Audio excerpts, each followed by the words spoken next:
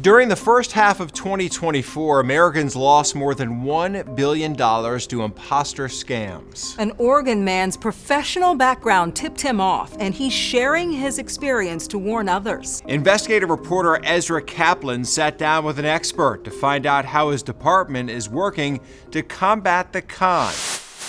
Deputy David Huey was on duty working a public safety fair when his phone rang with an unknown 503 number. I didn't recognize the number, but I was a little suspicious just kind of going into it, with my background in law enforcement. He quickly realized it was a scam, but decided to play along and record the conversation. I'm Dick Wells from Washington County Sheriff's Department.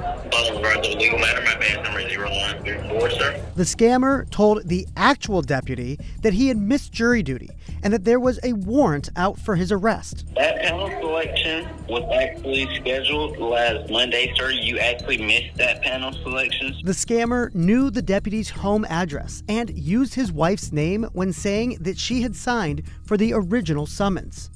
They said he needed to go to the police station, listing the address of the sheriff's office where Huey went to work every day.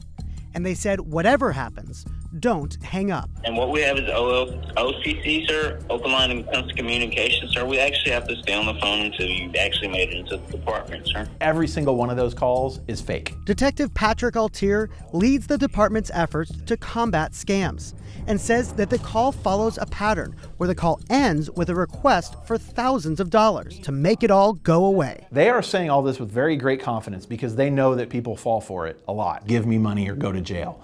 And so people go, whoa, I don't want any part of that. Yeah, I'll get you. Just hang tight. So it sounds like there's an urgency, but what we really should do is slow down. Slow down. Slow down. Hang up on them. Call back. Because the reality is, once the money has been sent, it's almost impossible to recover, even if you report it to the police. And by the time we know about it, and by the time you realize you've been scammed, your money's gone. It's gone. Almost all the scams involve people working abroad, and it's outside the jurisdiction of local law enforcement to pursue money overseas.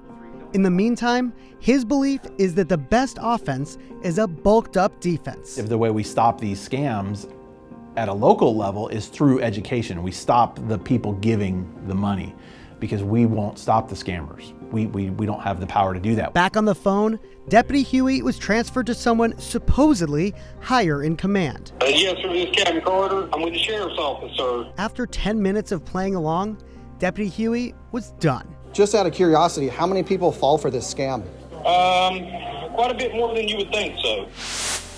I learned these are most often big scam organizations, and many times they're overseas. Unfortunately, that's out of law enforcement's jurisdiction, so there's not much that they can do. But they can collect data, which helps them better understand these scams. That's why reporting them is important. Law enforcement officials tell me that reports help them better identify patterns, and they can request more funding for public education. If you've been the victim of any scam, you can report it at reportfraud.ftc.gov.